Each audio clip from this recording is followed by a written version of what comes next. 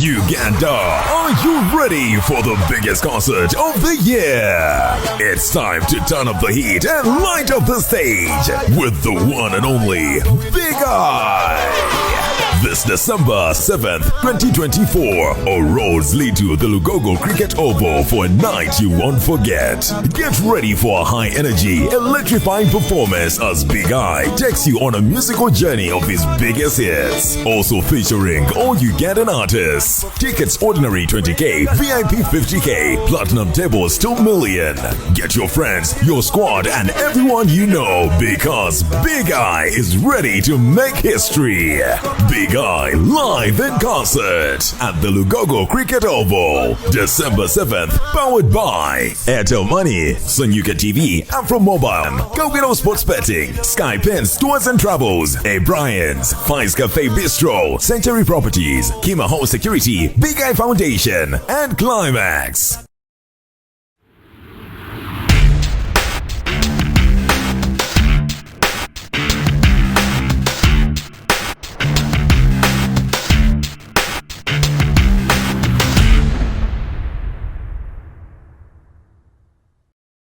Amafina akyagaggawala nnyo nga balokole muli baavu lwa kintu ekyo agaba.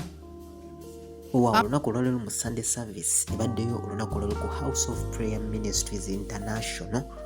Omukyala w'omusumba Pastor Rosias Bugingo bwe yafuna omupya Susan Makula leero yabadde mitambo wadde ne Pastor Gize n'akikwata naye ategeezezza olunaku olwaleero nti ekireetedde omukyala Mama Fino okulabika nga mugagga era ng'alina nti agaba nnyo akasente n'ate n'endiga zimutunuulidde nnyo ziti ng'ayogera ebigambo neziga yife tetuwaayo nga tuwaddeyo bannange sente za setireti mwazisaba tetuzireeta sente ez'okuzimba pentagoni zaaleetebwa owulidde sente ez'okugula zireediyo zaaleetebwa sente ezikola TV zaaleetebwa ogamba otya nti Maama Fina ekimugaggawaza okufuna ennyo kugaba kuwaayo ate nga naffe tuwaayo mu kyaki edibeeti ebadde mu ndiga awo kuba nze mbadde mpitaayitamu mpulire endowooza z'abantu abadde beemumunya nga mukyala w'omusumba abuulira babadde boogera ki nyinza okukigwako nga mu bukuukuulu obadde butudde mu kifo ky'okuwuliriza mukyala musumba byayogera nga bali mu kwemulugunya n'obawaayo naye tebafuna ekintu nga tekitambula. So abategeezezza nti Maama Fina ekimufunyise nnyo kubanga agaba abadde nga ategeeza omukyala kintu nga tebawaayo. Simanyi nze naawe simanyi bw'ogenda ku interpretinga message ya mukyalo oyo gyawadde naye maaso awo ngenda kuba nkuteera full video owulire biki byabuuliddeko. Abuulidde nnyo okugaba akwogeddeko nnyo naye nsaba osubscribinga likinga sharinga video eno gituuseko oyo atamanyi nti gyetuli ategeere nti gyetuli. So video kanjiteekewaawo ate tunaddamu. Kyosiga kyekungula oba oli mulokole oba toli mulokole. Maama Fina akyagaggawala nnyo nga balokole muli baavu lwa kintu ekyo agaba. Amayembe sige gamuwa Katonda yamuwa. Waliwo omukisa gwa Mukama nga gujja lwa divine principles nga amateeka ge yawa tegaali ga mulokole oba tegaali ga mwana we, gaali ga bitonde bye byonna. Kati ffe abalokole Katonda twagala muteekako copyright. Bw'onkolera tokolera musamize akulagako ng'enkuba etonnye. Wali owuliddeko bulenga nga bagamba enkuba tetonnyayo? Teriyo musamize? Katonda tetuterya mwinako copyright. So siga ekintu ekirungi ogenda funa kirungi. Blessed is the hand that giveth. Gaba. Buli lwoyina engoye ebbiri Katonda bw'akuwa ssente ne weebuza zino nzikolera eki tozirya funa goziwa. Uganda tojja kukkirizibwa kuddamu kulima mmwanyi okujjako ng'oli registered farmer. Ekyo nakiwulidde abo baba balogo. Ekyokubiri buli alina omusiri gw'emmwanyi kati ate kuguwandiisa. Kivuddewa kivudde mu kuba nti balabye ekigambo kye bayita emmwanyi. Emmwanyi eri mu bikuta kiro kati egula 3,600. Kase agula 1,300 okutuuka ku 1,900. Kati balabye obugagga obujjira abalimi. Mu mbeera y'emu era olunaku olwaleero wali ku Victory wali mu Ndeeba omusumba amanyiddwako nga Dr. Joseph Sserwadda avudde obubi nnyo n'abakwata ku mmwanyi n'abagisongako engalo abaagala okugitigaatiga omuli sipiika wa paalamenti ne mwami Museveni.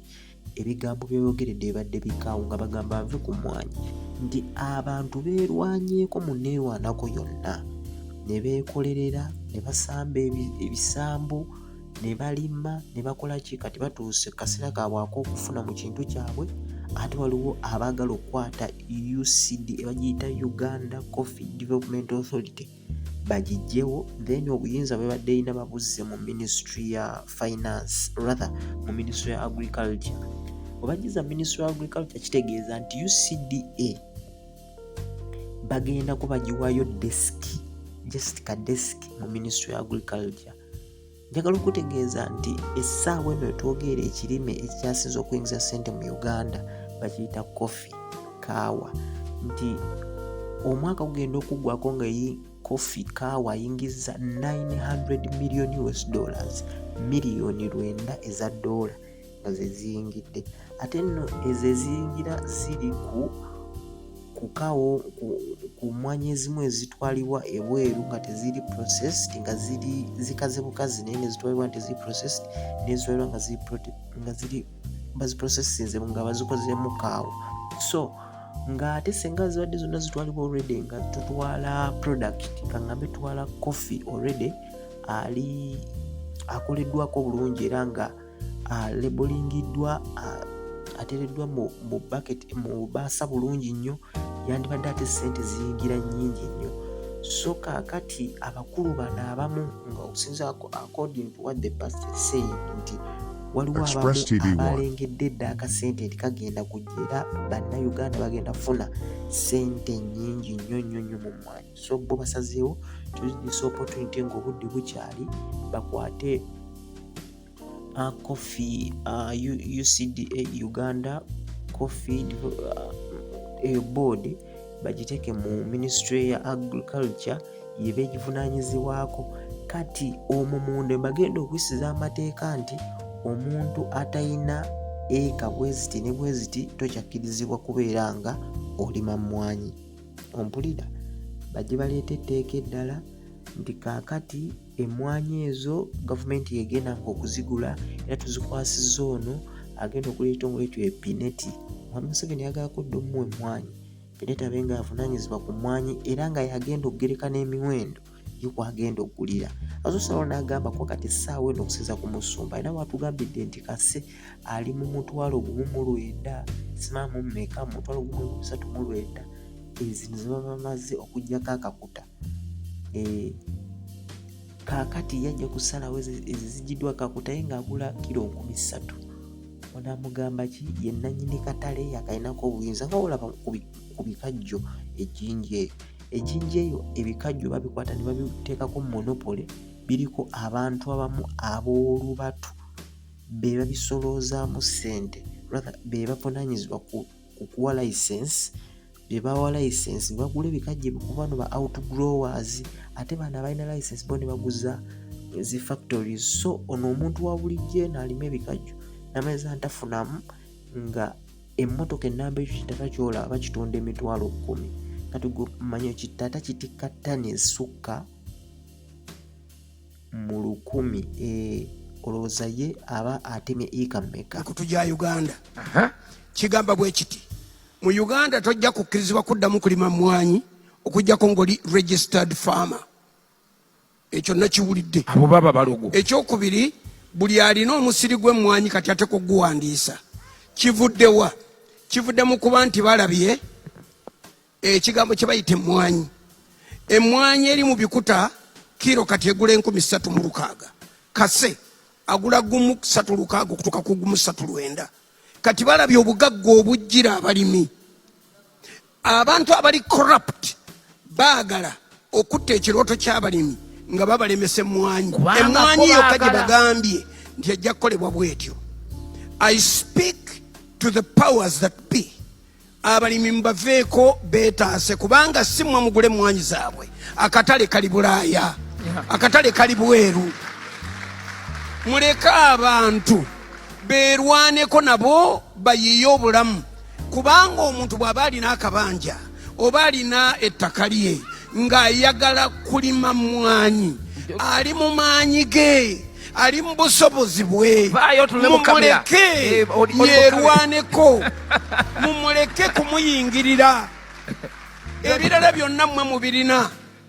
Omukyala atugambye nti efriz mugiraba ejja gawanye nga bisesemye kakati ekyo kikutegeeza nti enkola etwavuwaza abantu bagimaliridde yebeeteekebwa mu nkola. Naye ffe tugamba bw'oba oli abantu bw'omala obbagaggawaza ne bw'ogamba nti muwe emisolo bagiwa freely ate easily.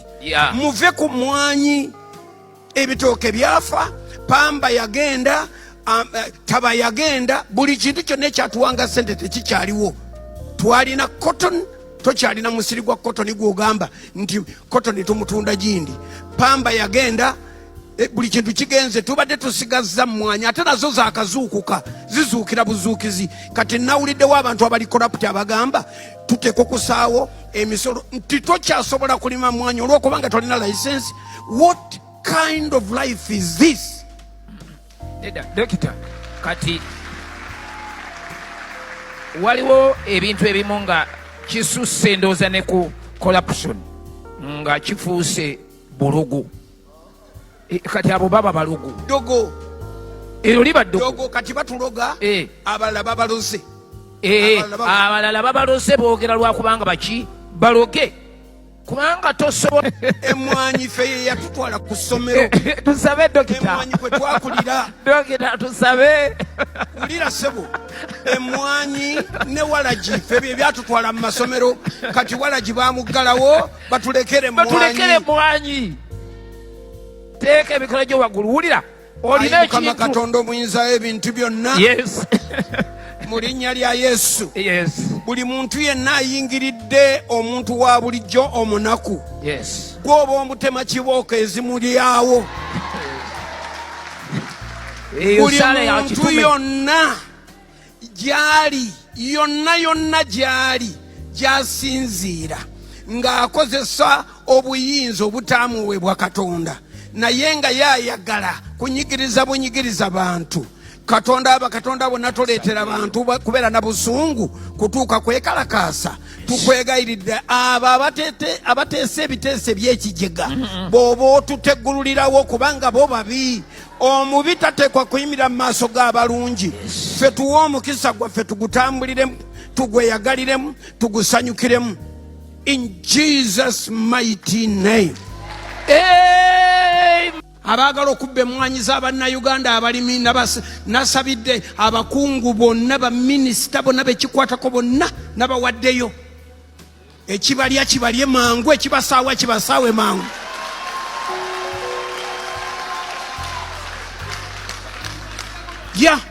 Sikyalina kyenkomyawo namaze dda okwogera obubi kati sikyalina kyakkola.